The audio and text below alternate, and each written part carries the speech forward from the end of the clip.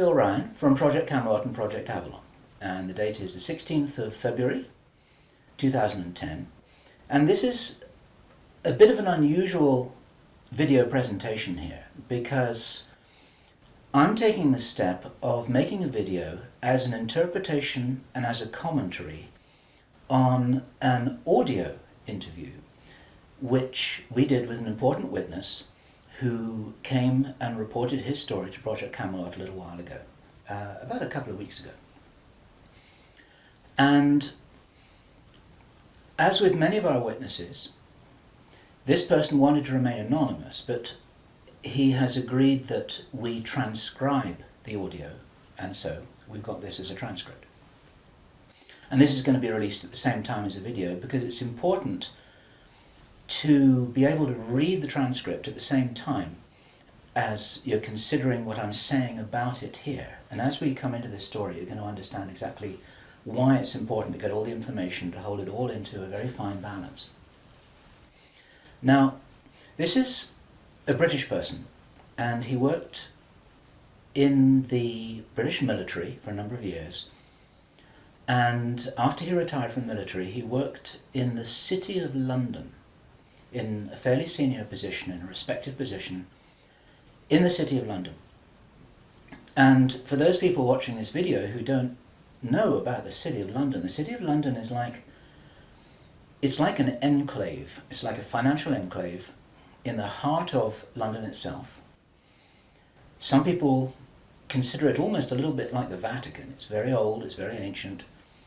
It's the heart of the financial system, not only of Britain, but possibly the world. Many researchers consider that it's very likely that the City of London calls the shots on the financial systems in America. They've got control over the Federal Reserve, the Bank for International Settlements, a whole bunch of things that happen. This is like the nerve center of the financial world. And it's very Masonic, it's very ancient, it's very traditional. And our source attended a number of meetings with senior Masons. And while many of these were interesting, they were routine by City of London standards. They were discussing financial affairs and so on and so forth. And then in the June 2005, he attended another meeting that he thought was going to be a routine meeting, but actually this was something rather unusual, and he realized it was unusual as soon as he arrived. In fact, in his interview with us, the one which we have the transcript of, you will see that he says that he felt it was an accident that he was there. He shouldn't really have been there. He didn't know what was happening. And as such, he didn't really participate in the meeting. He was there as a little bit as a fly on the wall. He was just listening to what was happening. And at first he didn't even understand what was being discussed. Now, the people there were Masons. There were senior Masons. They were about 25 or 30 people there, including senior politicians who most people in the UK would recognize by name. I do not know who they were. He didn't name them, and I didn't ask them, but he said these are well-known names. The chief of police was there, representatives from the church, representatives from the military, 25 or 30 people. And as he listened to this story being discussed, it was an informal meeting. It wasn't like at a big table with kind of notepads and water glasses and minutes and an agenda and a chairman. There were just people in a room who were talking about all of this stuff. And what they were talking about was a plan that had clearly been made a long time ago. And what they were discussing was they were discussing the implementation of this plan. They were discussing how things were going, whether they were on track or not.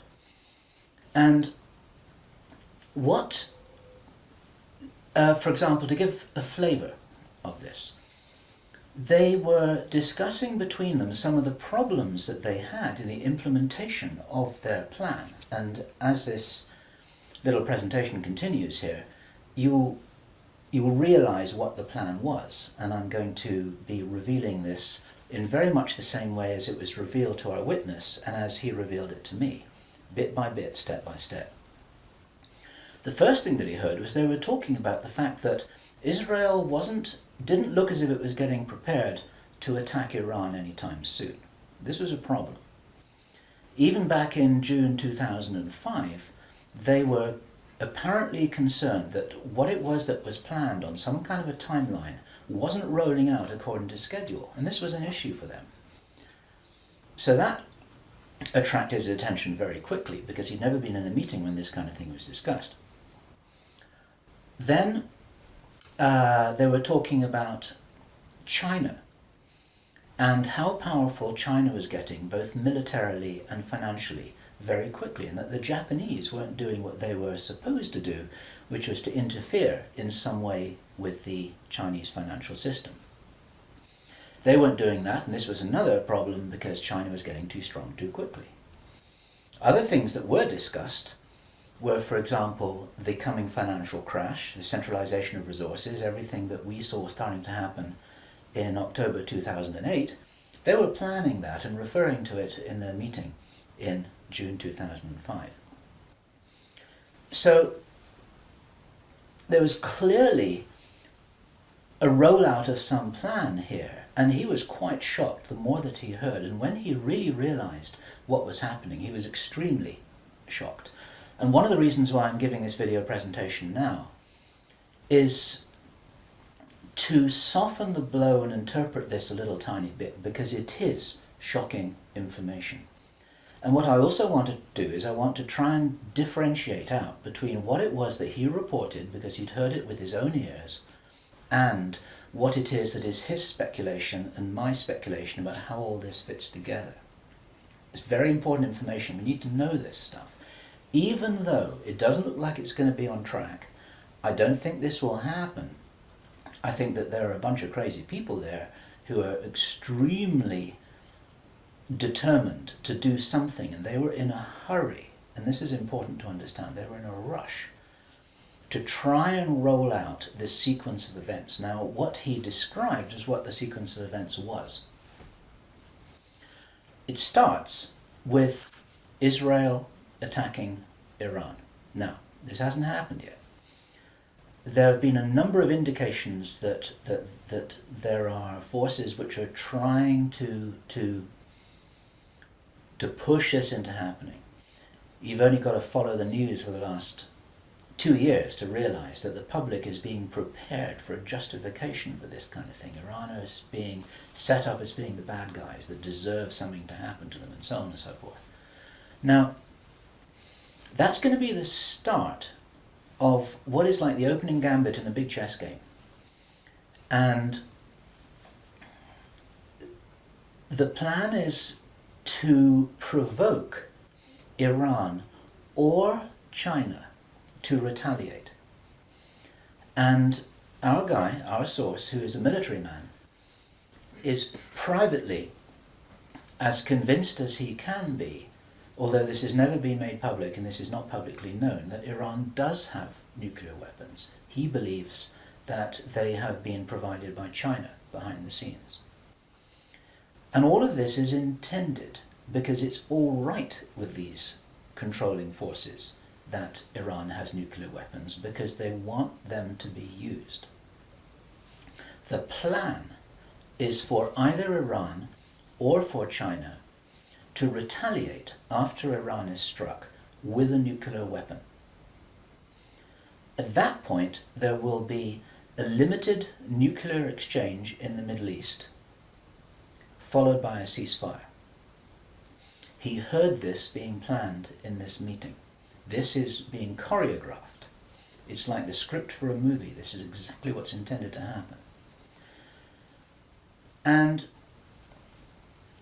during this time, the other thing that's being set up for this, and many people watching this will be aware that this is being set up in the background. We've had a lot of information about this from a number of good researchers from many countries who are reporting this on the internet, that things are being set up in many of the Western countries for there to be heavy controls over populations, martial law, increased powers on security forces who are not just the army or the police, but in Britain, for example, our source said that he absolutely knew personally for a fact, that a very large number of private security people, their powers were being increased to give them the ability to arrest people, the ability to detain, the ability to handle riots in streets. And here we're talking about just regular people working in private security, people who give the parking tickets on the streets.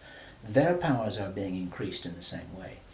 And last year we heard President Obama talking about how he wanted to have a sort of national guard at home in America ready to handle this kind of thing. There are a lot of indicators that this is being set up.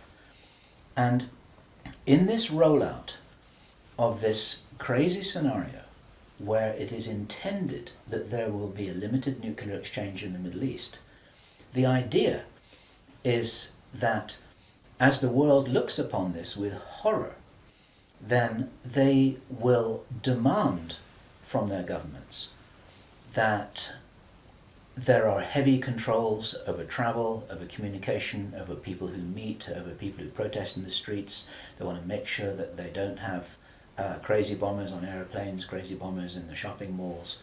They want to make sure, and because people will be driven into fear by this, they'll request and demand and insist on heavy controls from their governments, which will be justified. And this is where you're going to kind of get the martial law situation in all the Western countries. It's intended as a justification. All of this is just the start of something, because this story gets much bigger, and it's pretty horrifying. And if watching this now you're feeling a little bit shocked, this is how I was feeling when I heard this information, and this is how our source was feeling when he was hearing this information in this meeting, because this is just the beginning. Now, during the time of this ceasefire, everyone's shocked, everyone's frightened, everyone's really terrified about where this is going to go. There are all kinds of heavy controls over populations everywhere. And then the next thing that happens in this chess game that's being played is that biological weapons are released on China. You heard this being discussed in this meeting. They will release a flu-like virus that will be genetically targeted against the Chinese population. It's racially targeted against the Chinese people. It's designed to spread like wildfire and to knock out a large number of the Chinese people. And these people in this meeting were laughing about this. They said, China will catch a cold. Those were their words. China will catch a cold. And they were laughing about the fact that these biological weapons will wreak havoc among the Chinese population. And after that, then what effectively will be a kind of plague will actually spread right across the world to the West as well. Our source was not clear whether this was a Chinese retaliation or whether the thing would just spread out of control in the way that it would be very understandable if it did, whether it's racially targeted or not. These things actually mutate. So now you've got a situation where there's been a limited nuclear war in the Middle East. There's a pandemic that really is sweeping across the world and really is killing people very visibly. And you've got this totalitarian military lockdown in all the governments in the Western worlds because everyone's going to be in panic about all of this. And then, he said, then the real war starts. Something that would be justifiably called the Third World War, with a much more major nuclear exchange. And at this point, I asked him, is this just about population reduction? What is this about? Why are they doing this? Why this insane Dr. Strangelove plan for just unleashing all of this stuff on the world? Why do it? Now, as our conversation went on, I started to find answers to those questions. Now, some of this is speculation. I want to share this speculation with you because it's important enough that we work together here to figure out what's going on. And there are some clues, there's some very important clues that I'm going to present to you here in this video. He said absolutely it's about population reduction. So I said, well, in this meeting, did they mention any figures? And he said, yes, they did, 50%. Half the world's population. This is planned as per the Georgia Guidestones. For those of you who don't know what the Georgia Guidestones are, it's a stone monument in Georgia in America that was erected anonymously a number of years ago. It's in 8 languages, and it's like an Illuminati manifesto for a new world, as it were. And just hold that thought about this being a manifesto for a new world. This is an important concept here in what I'm presenting. One of the key parts of this manifesto for this new world is that there should be a population of 500 million people. Now, 500 million people is an enormous reduction from the nearly 7 billion that we've got at the moment. That's pretty much 95% of people who would no longer be on this planet. And 50% is a step towards that. And there's a reason why they're doing all of this. There's a reason why they're in a hurry. There's a reason for this insanity. And when he was explaining this, then he said that they have a name for this plan. This project has got a name. And I said, well, what is this name? He said it is called the Anglo-Saxon Mission. The Anglo-Saxon Mission. Now, I'd heard that before. It was something historical, I think, to do with the Crusades quite a long time ago. But I hadn't heard it in the present day context, and neither had he. And later on, as he continued to tell his story, I began to understand what I thought this might be about. Hence the title of this video, and the reason why I want to share this information with you, because we need to work together to figure out what's going on here. It's extremely important to understand. There's a plan, I believe, that Hitler would be proud of, which is so evil, it's so Machiavellian, it's so hard to face up to, it's so unbelievable, that I need to put it on the table for you so that you can consider whether or not this might be a possibility. The plans that I've been describing are definitely a possibility, because he heard them with his own ears in this meeting. Everything I've described up until now, up to and including a major outbreak of hostilities after the limited war. So the sequence is as follows. The planned sequence is as follows. Israel attacks Iran, then there's a ceasefire, then during which time there is heavy governmental military controls over populations in all Western countries. Then China is attacked by a biological weapon. It's a flu-like disease that spreads like wildfire. This goes all over the world, and then they have a major Third World War. And then, by this time, 50% of the population will be destroyed. And not only because of the war or the plague, but because, as many of you watching this will understand, the infrastructure goes down in situations like this. There's no food in the supermarkets, there's no gas in the pumps, the telecommunication goes down, there may not even be water coming out of the taps. People are kind of thrown back into a Victorian era without the facilities to handle this, because most people don't have their vegetable gardens, they don't have their horse and cart, they're not able to survive in the way that we used to be able to. We're very, very vulnerable in our technological advancement. We're extremely vulnerable, and of course the controllers know this. At this stage, our source was speculating about why are they in a hurry? Why do they want to do this?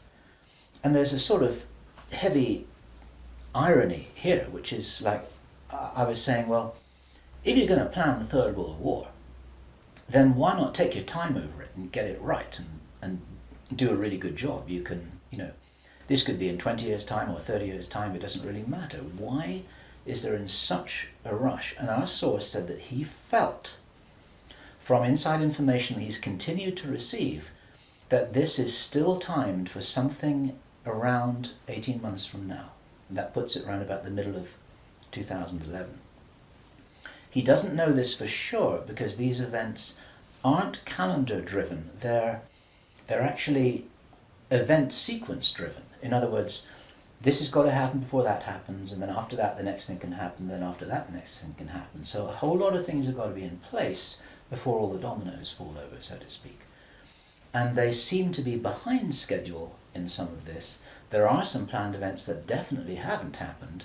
One of the things which I remembered when I was hearing this story was that our source, Henry Deacon, and many of you who've watched Project Camelot videos and read their reports for the last 3 years will know that when we met Henry Deacon in 2006, he said that in his own inside information was that there would be a war against China in 2008. Now that didn't happen. And all this time, at that time it didn't make any sense, and even now it didn't make any sense. It's like, well, all right, but why do this? Why do this? Why do this? Now, this was his answer. And our source is a pretty smart guy. He's been in the military. It's a totally different story that he didn't debrief in our audio transcript, which you have the opportunity to read, but he's had his own ET experiences in the military. He's got his own sources of information about some of the background for this. He says that he's as sure as he can be that the people who are calling the shots in the world, you can call them the Illuminati, the controllers, the cabal, whatever name you have for them, they believe that there is going to be what he called a geophysical event, a major geophysical event. He says that the best information that he's got is that the insiders believe that this is going to happen, or they are concerned that this is going to happen. And many of you watching this will know that this isn't a completely crazy idea. There have been trillions of dollars that have been spent on deep underground bases for some reason which we don't know why it is. You'll know about the seed bank in Svalbard. This is in the public domain, where all the seeds of all the plants and all the crops in the world have been buried deep inside a granite vault in northern Norway. There are many precautions being taken as if something might happen that could really threaten some of these valuable resources, including the seed banks of the world. Now, if there is going to be a geophysical event as they believe, this is because it seems to be preserved Illuminati inside knowledge, whether it's true or not, that there are repeated cyclical geophysical events about every 11,500 years. Information about what really happened to Atlantis was very probably in the Great Library of Alexandria that burnt down a couple of thousand years ago. There are persistent rumors that much of that information has been retrieved and it's in the Vatican Library. This is information which is not in the public domain and which the insiders may have access to. Whether it's accurate or not, the important thing is to realize that they probably believe that this will happen and they're making their precautions. And this might be the justification for this insanity that we've just heard about in this plan. Consider this.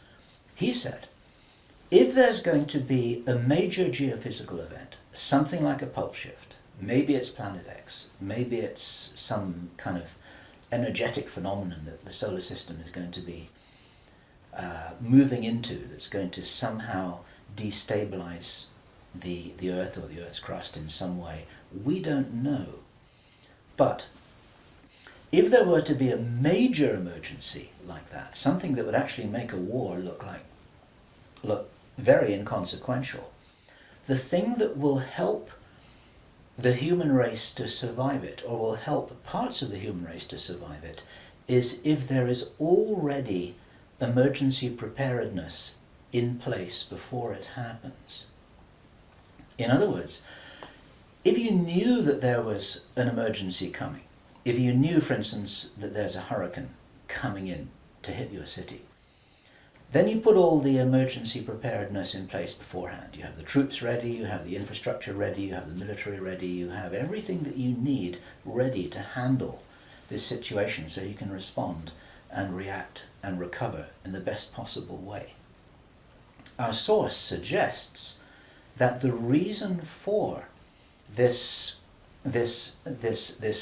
whole Third World War scenario is that then the Western governments, with the Chinese out of the way, will be in a state of such totalitarian control of their own population that they will be best equipped to recover and rebuild the new world after a cataclysm.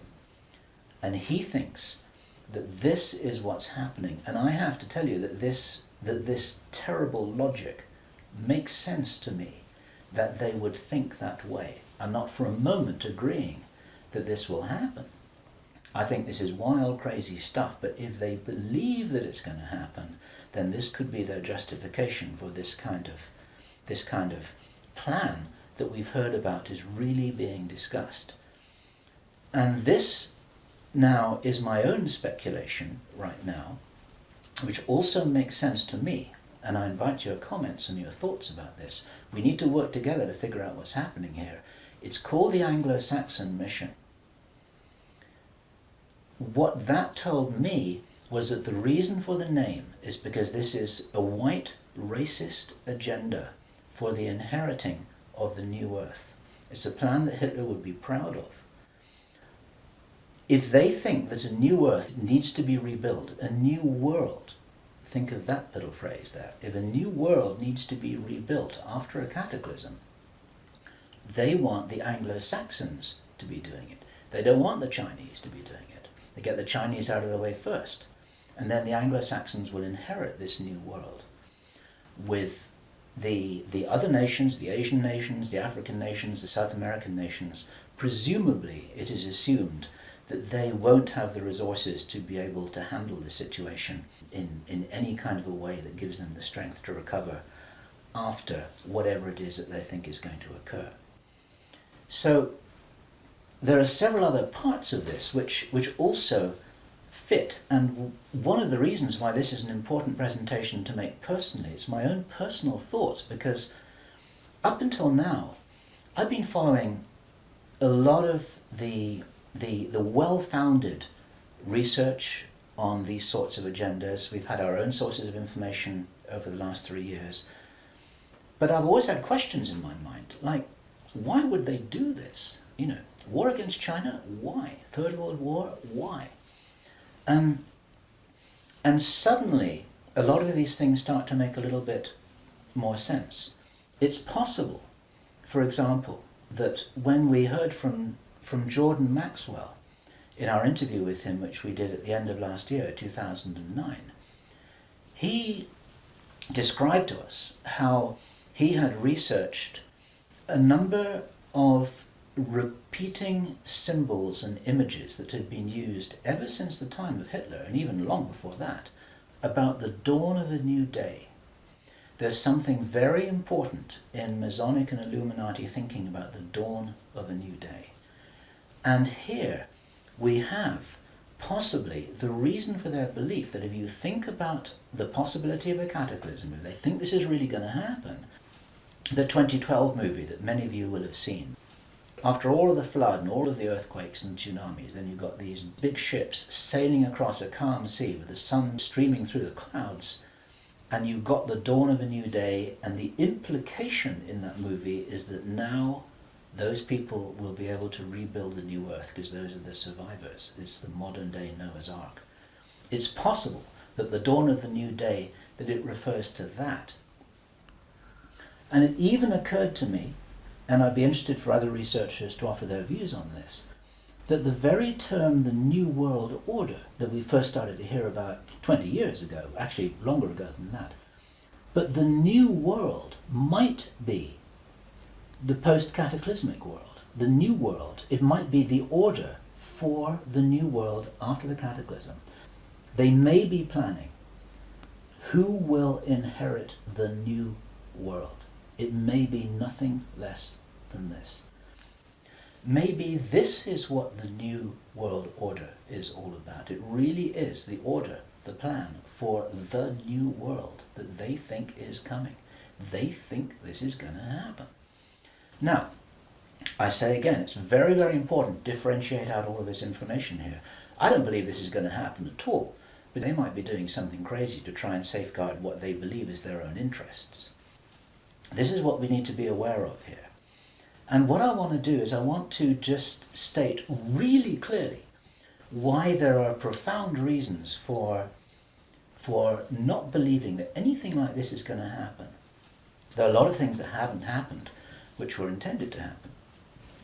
Many of you will remember I think it was the 30th of August 2007, there was a B-52 bomber that flew halfway across America from Minot Air Force Base to Barksdale Air Force Base in Louisiana with 6 armed nuclear cruise missiles on his wingtips, something that could never happen by accident. It was illegal, it should never have happened. You can't even smuggle a bullet out of the weapons storage area in an Air Force Base without there being a whole bunch of signatures and everybody knowing about it, let alone making the mistake of loading armed cruise missiles onto a B-52 bomber with nobody noticing it. There was a reason why that happened, and that was actually prevented from going any further. It stopped at Barksdale in Louisiana.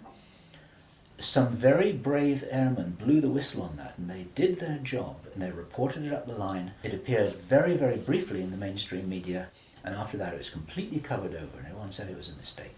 That was no mistake. There was a reason why they did that.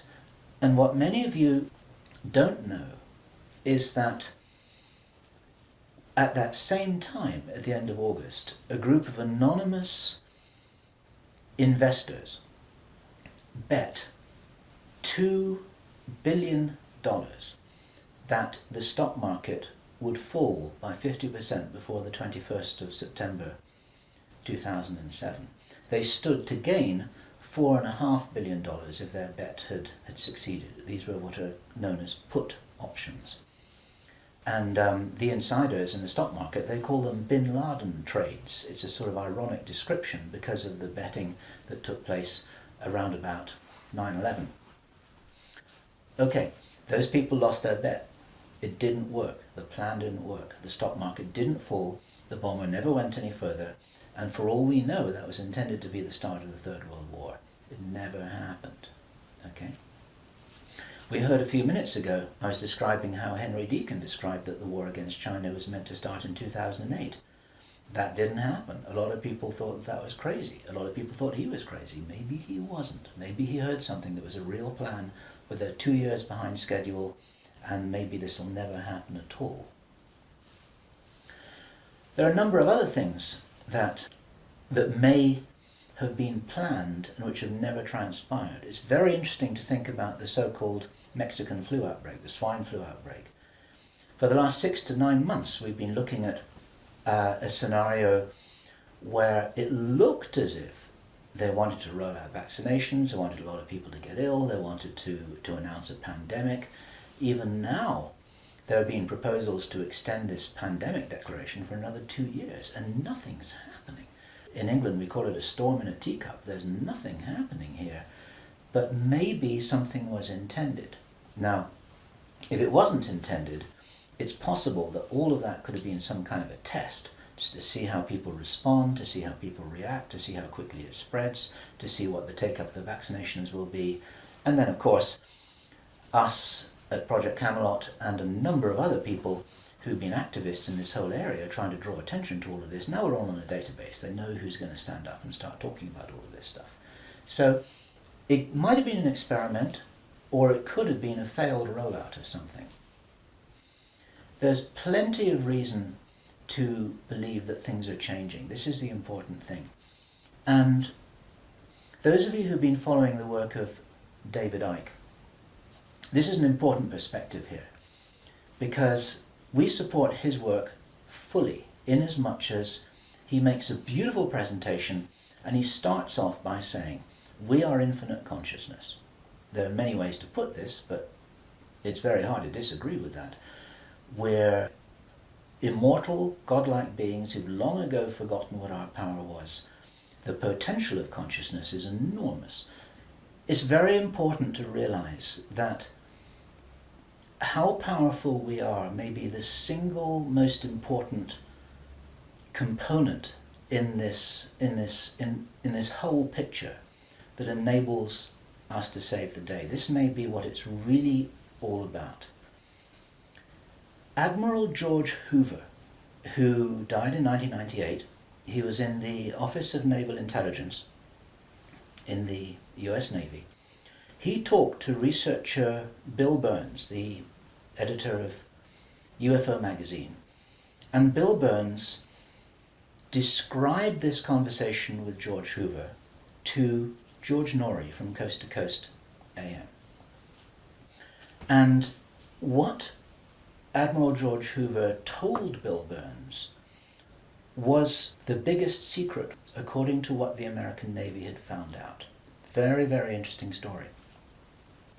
They were talking about the Roswell visitors, and Admiral George Hoover said that these visitors were us from the future. They were time travelers. They weren't extraterrestrials.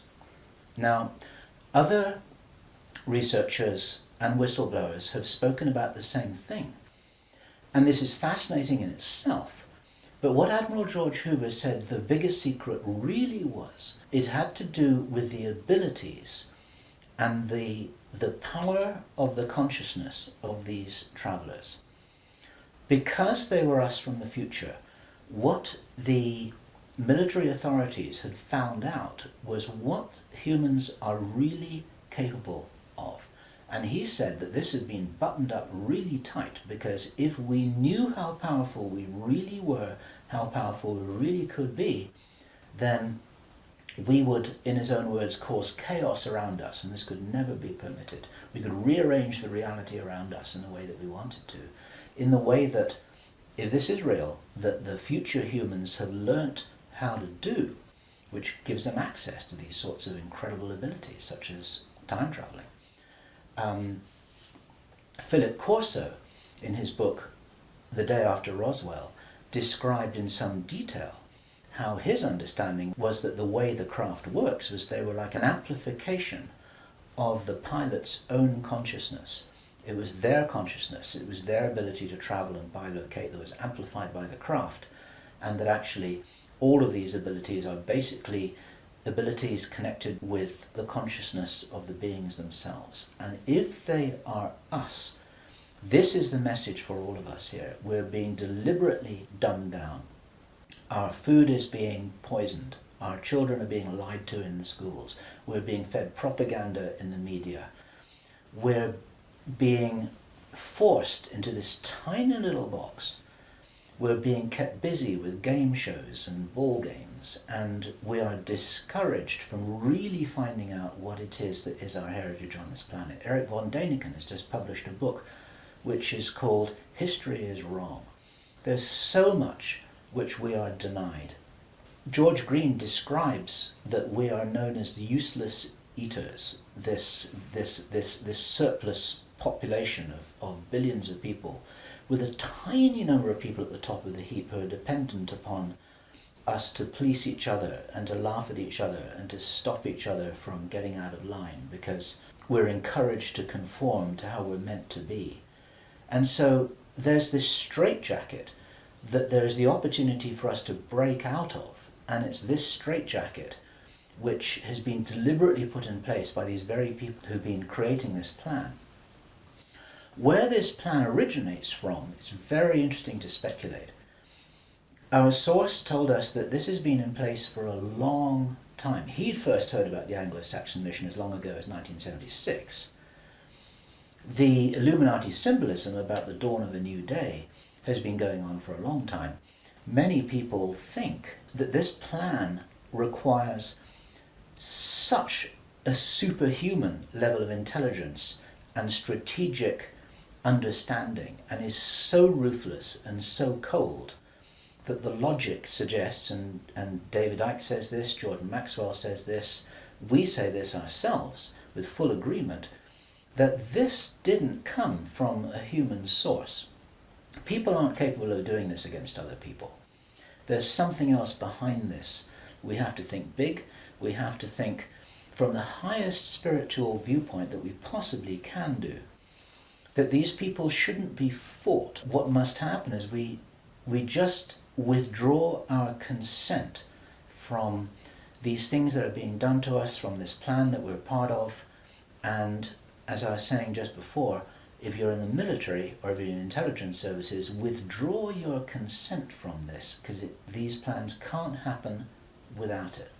There's something about the Illuminati and the way that they're operating that is very limited. They're using force, they're in a box, they're trying to counter what everybody I know is recognizing and referring to as a huge expansion of consciousness all over the world, an expansion of awareness. We get emails every day from people, often very young people, who are saying, I can really see what's happening in the world. Tell me what to do about this, but I'm ready. I'm ready to do something. I'm ready to do whatever it was that I came here for. I don't know what that is yet, but I know that we've got big problems. 20 years ago, people weren't saying that kind of thing. There's a huge rollout of some kind of an expansion of consciousness. It's a morphic field that's growing enormously. And there's something that's changing. And my personal belief is that this is certainly being supported by benevolent non-human agencies, let me put it this way, who know about this kind of plan. They don't know whether it's going to happen or not, but they know that it's being planned. A lot of contactees, there's some channel information. You need to consider channel information extremely carefully. But there is channel information and there are contactee reports that all talk about scenarios like this and how we must be wary, how we must be careful, how we've got to guard against it, how we've got to insure against it, how we've got to be prepared for something like this.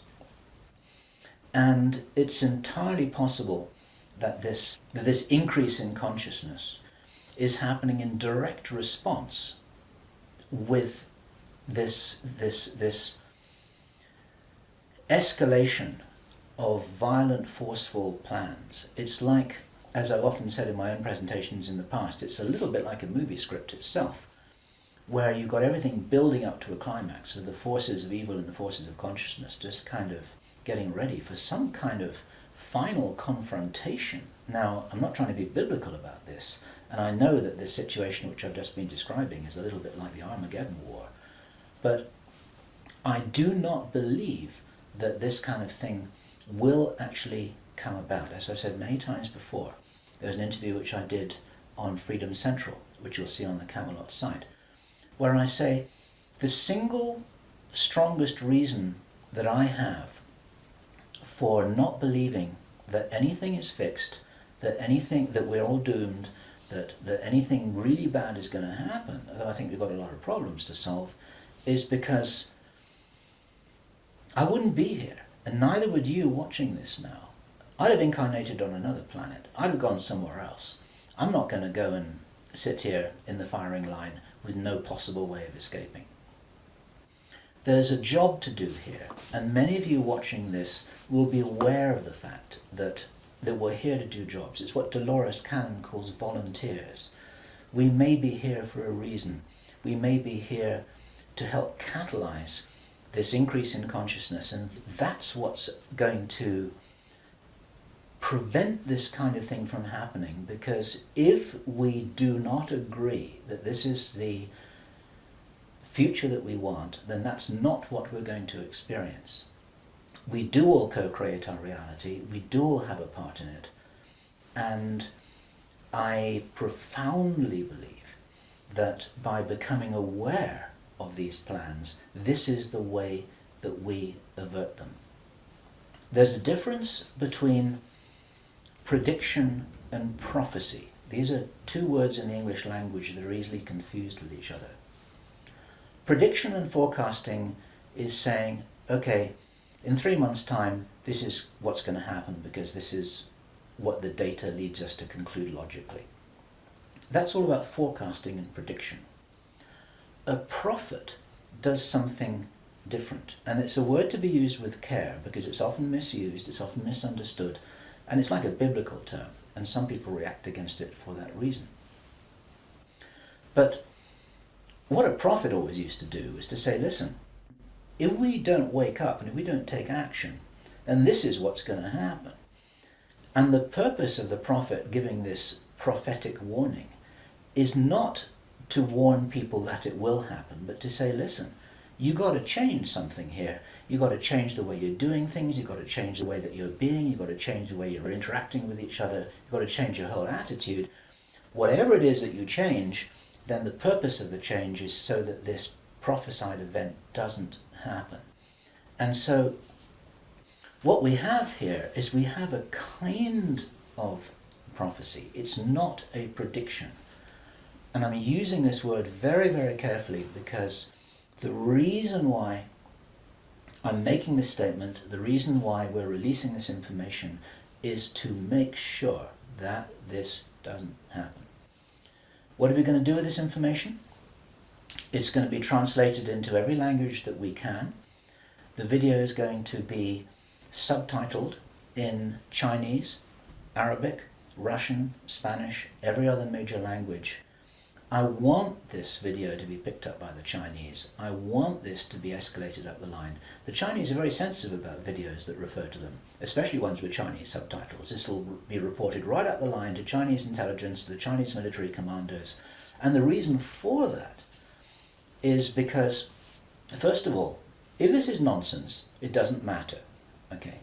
But if this is a really serious threat, then those are the guys who need to know about it, because their first nuclear response, which is designed to be provoked, is the thing that actually sets this whole thing on fire. And so, to any Chinese military commanders who are listening to this, don't do it, okay? None of us must do anything here that is in alignment with their plans. There's a wonderful scene in the Avatar movie that I loved so much, which was when the woman helicopter pilot who was ordered to fire her weapons at the big tree. She's just about to fire, and then she says, I didn't sign up for this. And then she turns around and she goes home. She's not going to be part of this. There are many people in the military who never signed up for anything like this. There are many people in the intelligence services. They never signed up for anything like this. They signed up when they were young, thinking that they were doing the best thing for their country, thinking that they're doing the best thing for mankind. They're not all evil at all. And so as a direct message to those of you in the military and the intelligence services who may be watching this or may have had this brought to their attention, you don't have to do this stuff just because you're told. You need to support what's best for the human race. You don't need to follow orders if it's going to lead to a huge destruction here, which is in no one's interests apart from the controllers who have an agenda of their own, and that agenda doesn't feature you and me, that's for sure. Okay, so that's the end of my presentation. I want you to consider this information. I'm not urging you to believe it. I want you to research it. I want you to check it out. I want you to read the transcript carefully. And I want you to see whether this correlates with anything else that you know and understand that's come to your attention. We're all working together here. We're not trying to force you to believe anything at all. We need to be careful about this information. But at the same time, if there's any chance that this is true, if there's any chance that this is for real, then we have to know about it, okay? And if you are not sure what it is that you should be doing, then I say the same thing that I always say, which is do whatever it is that you came here to do. Because most of you watching this video are here for a reason. I do understand that you may not know what the reason is yet, but you're probably here for a reason. You're probably watching this video for a reason. Do whatever it is that you came here to do. This is Bill Ryan, Project Avalon, Project Camelot, It's the 16th of February 2010. Thank you.